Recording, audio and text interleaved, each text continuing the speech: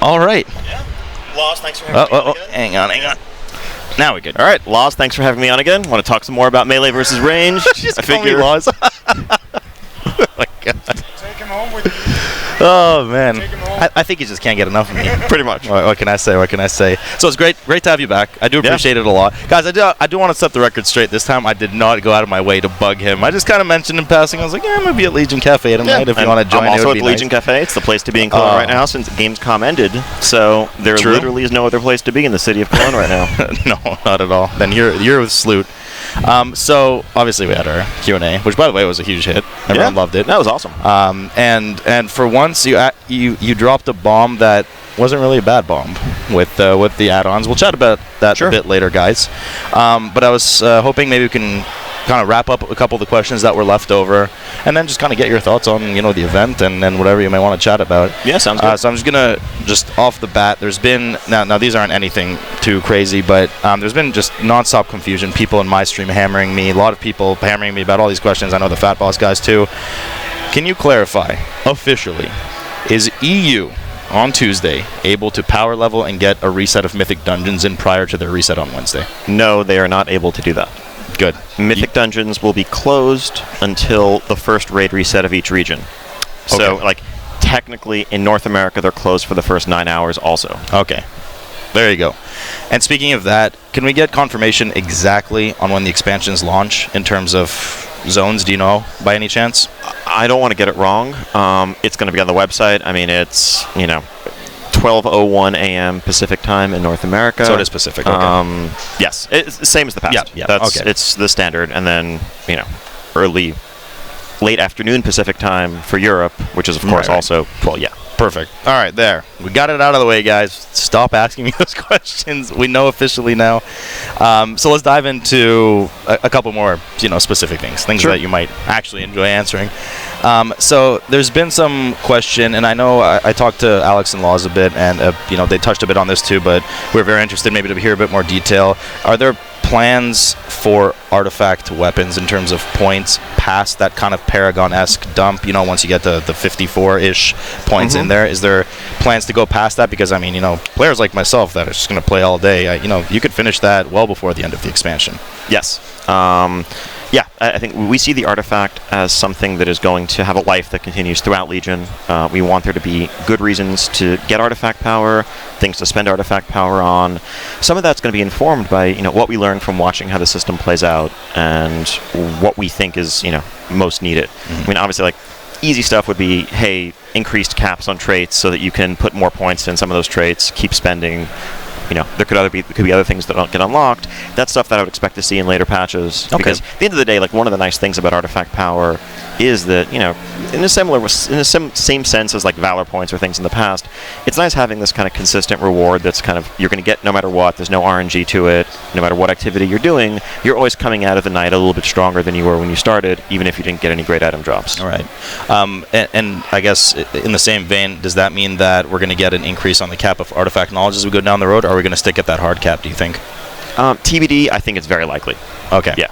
And so on the same note of, not letting certain currencies kind of expire, kind of like we had a bit with, Apexis, and they were a big deal when Tanan came out, but then kind of went away. Yeah. Are there any kind of future-proof plans for the Ancient Mana, which is a super important currency in Suramar for the Nightfallen? Yes, that will be something that probably gets touched on as we get into more 7.1 details in the future. That's your favorite answer, I know.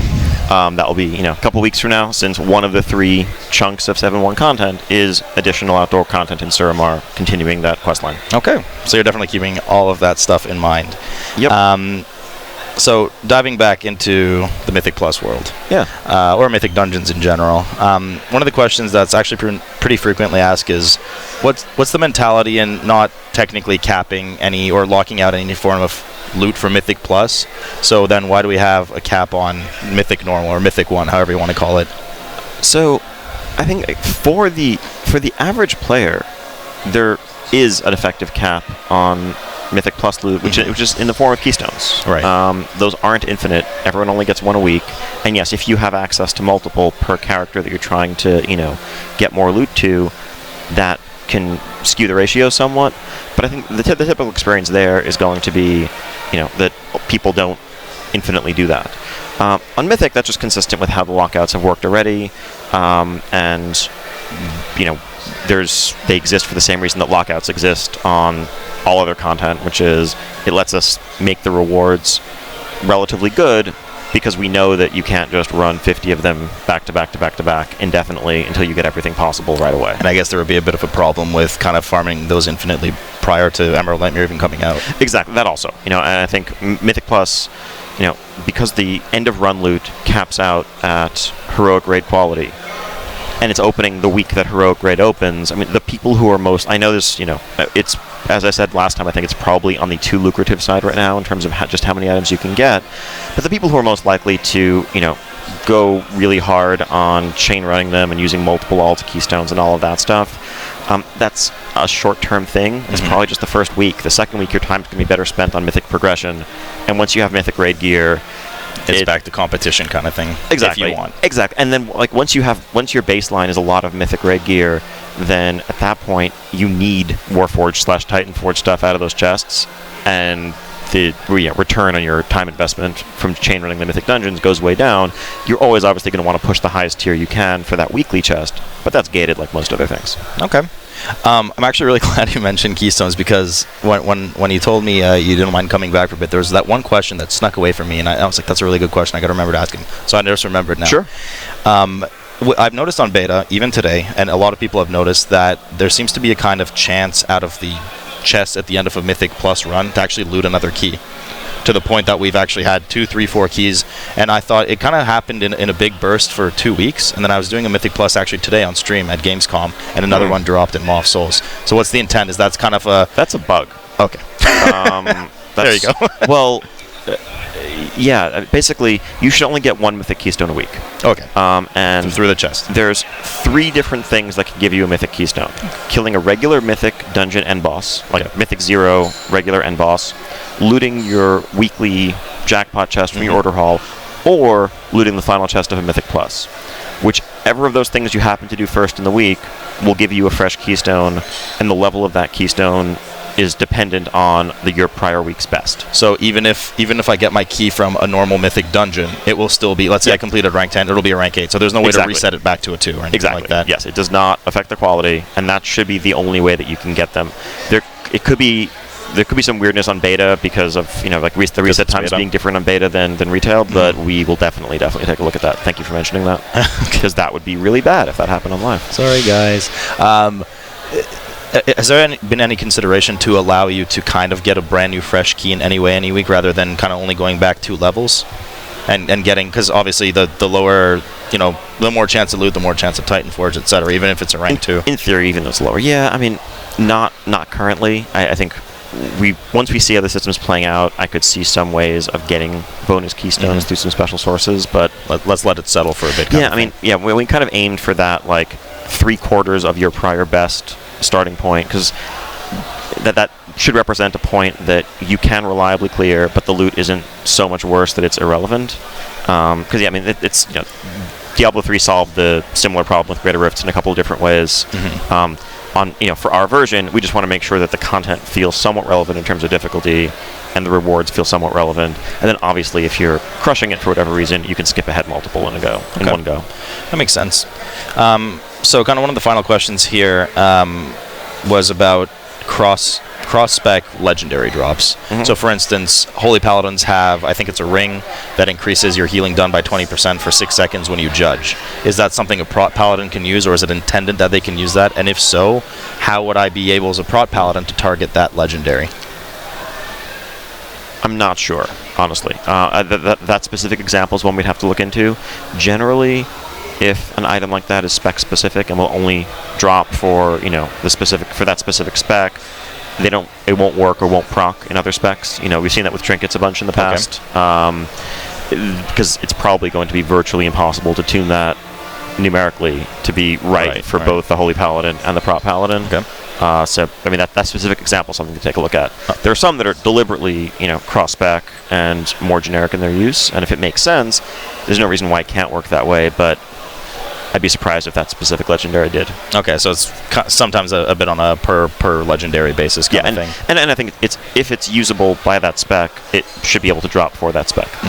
And kind of in that same vein, I've noticed that there's a lot of trinkets that you can use as a tank, the tank ones as a DPS, even healing ones as a tank or a DPS, that sometimes they do proc absorbs, or because a lot of the tanks have, heals, and a lot of the DPS the same. Is that intended too, that they can kind of cross-play like that, or?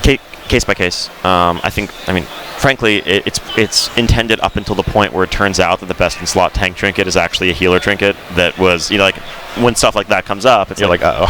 Yeah, it's like, hey, it's probably way too good, because it was tuned around a totally different paradigm.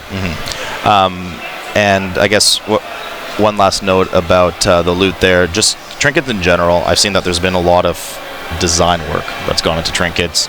You seem to kind of not moved away entirely, but there's a lot less int proc for 10 seconds, and there's a lot of on-use neat effects. Is that an area that you guys have really kind of tried to focus on? Even dungeon ones, now that they can go up to Mythic Plus or Mythic rating level tier. Those are very competitive for actual progression. I think like level up quest trinkets and stuff still kind of keep that very simple paradigm. But trinkets are actually one of the potentially coolest and most interesting items that we have, on the entire character sheet. The other items are mostly stat sticks, so we felt like we're giving something up if we just go with too many bland passive trinkets. Because also in the past, way too often, it was just X proc Y was the best trinket for a lot of situations, especially, at various times due to snapshotting or due to whatever else. And so more interesting trinkets often actually... So one other thing that they can do is, if they're not just buffing your stats passively, they don't necessarily stack with all of the on-pull cooldowns in the same way as everything else. Okay. And just from a design perspective, that's something that we keep an eye on, that we're kind of concerned about. We've tried to pare that back a little bit. Going all the way back to Mists, removing snapshotting was the start of it. Removing some cooldowns that are commonly stacked in, going from Warlords to Legion is another part of it. The delta between a raid's DPS in the first 30 seconds of a fight and their damage for the entire rest of it, it's bigger than it really should be. Obviously you can front load a lot of stuff, but it's kind of weird where you get the boss to 80% in the first 30 seconds, and then the rest of the fight takes you 5 or 6 minutes. Which can also cause some really weird pacing things with health percent-based mechanics and triggers. So do you guys kind of wrestle with that idea? Because I noticed throughout playing a lot of alpha and beta, there was at one point the kind of reintroduction of a lot of really cool on-use trinkets has come back. Yeah. And I have noticed that during alpha, or maybe I didn't notice properly, but there was a time when you could use two on-use at once, and now there's the kind of cooldown up until the effect of the first one's done. Is that something that's going to be final, because you don't want to kind of have that front-loaded, DPS? Basically. It makes it really hard to tune them when the more effects like that you can stack with each other, they often interact and buff each other multiplicatively to your total damage. So that just will naturally make them the best thing over other options. Right. And that's not ideal in terms of item diversity, particularly since, like you said, they tend to be some of the most uninteresting ones. Would you ever flag individual ones? Because, for instance, as a tank, sometimes you do need those emergency trinkets right away. That's a fair point. I think that's something we'd be totally open to. I think it's much less of a... stacking cooldowns is much less of a concern for tanks, right? As you well know, tanks more commonly are trying to chain different cooldowns to have a certain baseline floor of mitigation. But then occasionally you're going to pool them and sit on them. And now it's your favorite time of the show. Now I feel at home.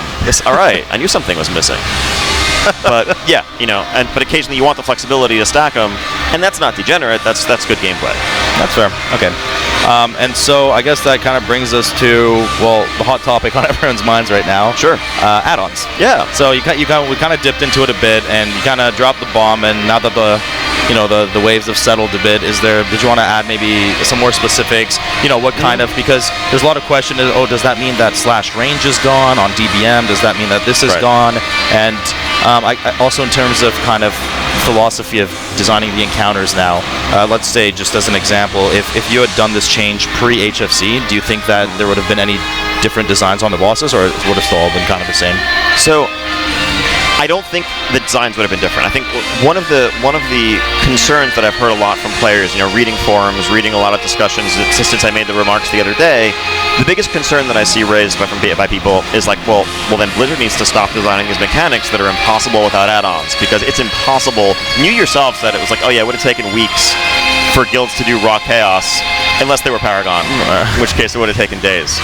They still use some stuff, right? I know, but anyway, but they had a strat right. that worked without the full-on radar. It's like you make two opposing arcs and it's inefficient, right? They lost a ton of DPS by doing that. Because they had much more movement, right? Versus people who had the full working raw chaos mod could pretty much stand still and keep burning at near maximum throughput the whole time. And that's the kind of thing that makes it really hard to push a phase transition at that gear level.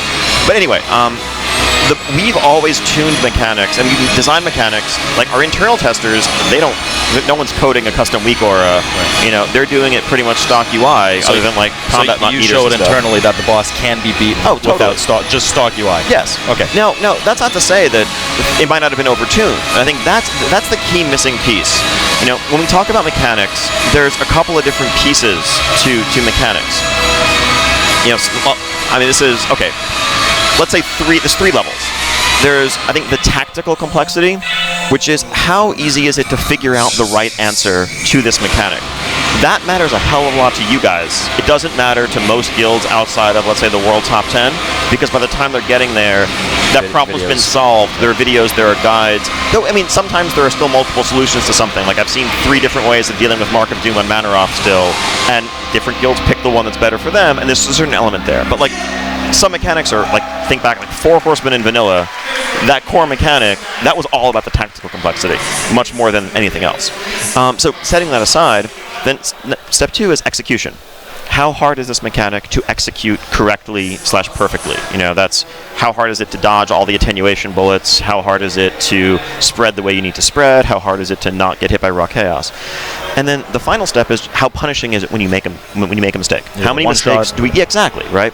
And that third knob is one of the biggest things that we can tune. We can also tune the second knob. So let's look at like Kromog in Blackrock Foundry. Okay, that's something that a ton of people have. Their only experience doing the fight is using Exorcist raid tools or some similar add-on. Signing all the hands. And exactly, right. From day one, if you weren't like a super cutting-edge guild, when you got to that fight, your raid leader had that mod downloaded, told you all to download the mod, assigned everyone to spots, and when the hands phase came, you just ran to the point on the ground that the arrow led to, and that was the mechanic. So it's easy to say, well, how could you ever do that fight without that add-on? It would be impossible. Well, A, potentially possible, but what would have happened, let's say it was too hard, we would have looked at rates of completion, of wipes, of, wow, okay, like, this is supposed to be a wing boss, but for some reason now this is harder than Maidens, people are having really hard time with this. There's a couple things we could have changed. We could have easily added like 1 second extra to run to the hands before they grasp, to give you more time to kind of organically play that game of musical chairs. Or we also could have reduced their health a little bit, so that, especially on Mythic, one of the biggest reasons why it was so advantageous to have like maximum clumping was for really efficient AoE, because you wanted put the big burst AoE classes in the middle. Exactly, all of that stuff, right? Like, we could have turned those knobs so that the actual difficulty in terms of how many wipes it takes to beat the boss doesn't change. But I think, and feel free to correct me if I'm wrong, but I think that actually playing that dynamic game of musical chairs is more interesting and more fun from a cooperative raid perspective than I run to the point on the ground.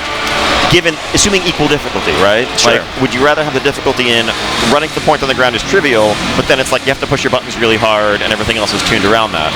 And in reality, if you weren't using that add-on, you probably were having a really tough time, but it would have been very hard for us to justify nerfing the fight in the ways I just described while the add-on is out there, because most people are using it. The boss was actually widely considered the easiest of the wing bosses, was killed with the fewest wipes. And so it's like, that's one of those areas where actually removing that capability from the add-ons, I think will make for a better experience and a better tuned experience for way more of our players. Okay, so I think that's important, missing link, the kind of tuning. So, something like on Rod Chaos Mythic Archimon, if 2 overlapped, you were dead. So now you can make it 3 instead. Exactly. That's exactly what we would have done, right? Like, I think, guilds, like World Top 10 guilds probably could have handled the original version with the current tuning without add-ons. It would have taken them longer. But beyond that, it would have been a brick wall for some folks. And the same way we nerfed other aspects of the Archimon fight, we very likely would have just said, okay, raw damage is going to come down some, and you still have to do the strat. You still have to have some coordinated position, but you can make a few more mistakes. Okay. And so just to clarify, because there's, and I know you did, but some people didn't really get the memo very well, is this going to affect things outside of instances? Is this going to affect, typical things like weak auras, like buff tracking, things like that? It isn't, So, I mean, nothing with buff, debuff tracking is affected at all. And specifically, like, I know I've seen people say, like, wait, you're breaking TomTom? No, we're specifically not breaking TomTom. The reason why this is actually in, not in 703, 2 reasons. One, we wanted to put in the extra effort to make sure that we could preserve the benign uses for gathering mods, navigation mods in the outdoor world, and only fix the problem in competitive instance environments. So dungeons, raids, battlegrounds, arenas, that's it. The second reason was, honestly, it would have been quite disruptive, I think, if it had been live in the pre-patch. Because, everyone doing Hellfire Citadel, that's still the only raid content that's out there for a few more weeks. People would have had to relearn encounters that they had really grown accustomed to these mods for. It's in many ways a better time to break those mods once we're kind of moving to a clean slate, moving on to a fresh set of raid content. Well, that makes sense. So, any other notes you wanted to add on that particularly? I think that's about it. Okay. I mean, it sounds fine to me. Can actually use our brains again and play. Cool. So one last question I had about professions. Yes. There's been a lot of question about, Salute, can I start at a level 1 profession? Can I just start mining right away at rank level 1? And same with jewel crafting. And the answer is yes. Yeah. But so where exactly is the incentive in leveling any higher? What's the point? I mean, in general, the paradigm we've established is, I think, a higher level in your profession gives you more efficiency. You certainly need to get past a certain skill level to see world quests for your profession. For crafting and gathering. Yes. We wanted to make sure that, because, it's easier than before in a lot of ways to change professions. You can relearn recipes that, that you had before. We don't want people to just swap between professions to do all professions world quests ever. Right. That would be kind of degenerate. So, I mean, that's ultimately, the skill exists more as a measure of what how much time and how much effort you've put into the profession, but they also have other progression systems that are new to Legion, whether it's content-driven, doing quests to get new recipes, to get new capabilities, or getting the 2-star, 3-star versions of specific recipes that are going to be your real money makers, so you can have an efficiency advantage in making and selling those things. And kind of hand in hand with pretty much all the other features in Legion as the expansion goes along. Professions, I guess, will be kept up to date, and crafted gear, will boost eye level and all that kind of stuff. All right, awesome. So, how's your Gamescom? It was great.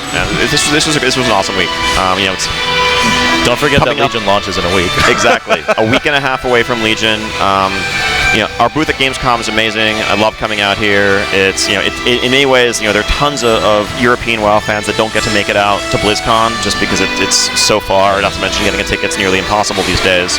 And having this gathering of Blizzard fans with costume contests, dance contests, trivia quizzes, developer signings, it really is like a little mini BlizzCon in Europe. And then on top of this. Oh yeah, this thing, right? This Legion small Cafe, year-long planned event. Wow. Exactly. Exactly. Taking over a 2-story structure in the middle of downtown Cologne, converting it to just a hangout place for WoW fans. The Hammer. Yeah, it's been awesome, and the excitement for Legion is palpable. Like I've said before, I know I'm really biased, but I feel like this is the most ambitious expansion we've ever made, and I think we pulled it off, and I think it's going to be the best expansion we've ever made. But our job starts on August 30th to make that the case. It doesn't end on August 30th. It's exciting. Hope everything's stable. Hope everything's amazing. Yep, looking forward. I guess I'll see you in the Broken Isles. Sounds good. No, it's been a pleasure. Always a pleasure. Thanks so much for coming on again. Thank you. Enjoy. Take care. All right, guys. So there you have it. the last of the 3-part series with Watcher. That was actually like super unexpected. He just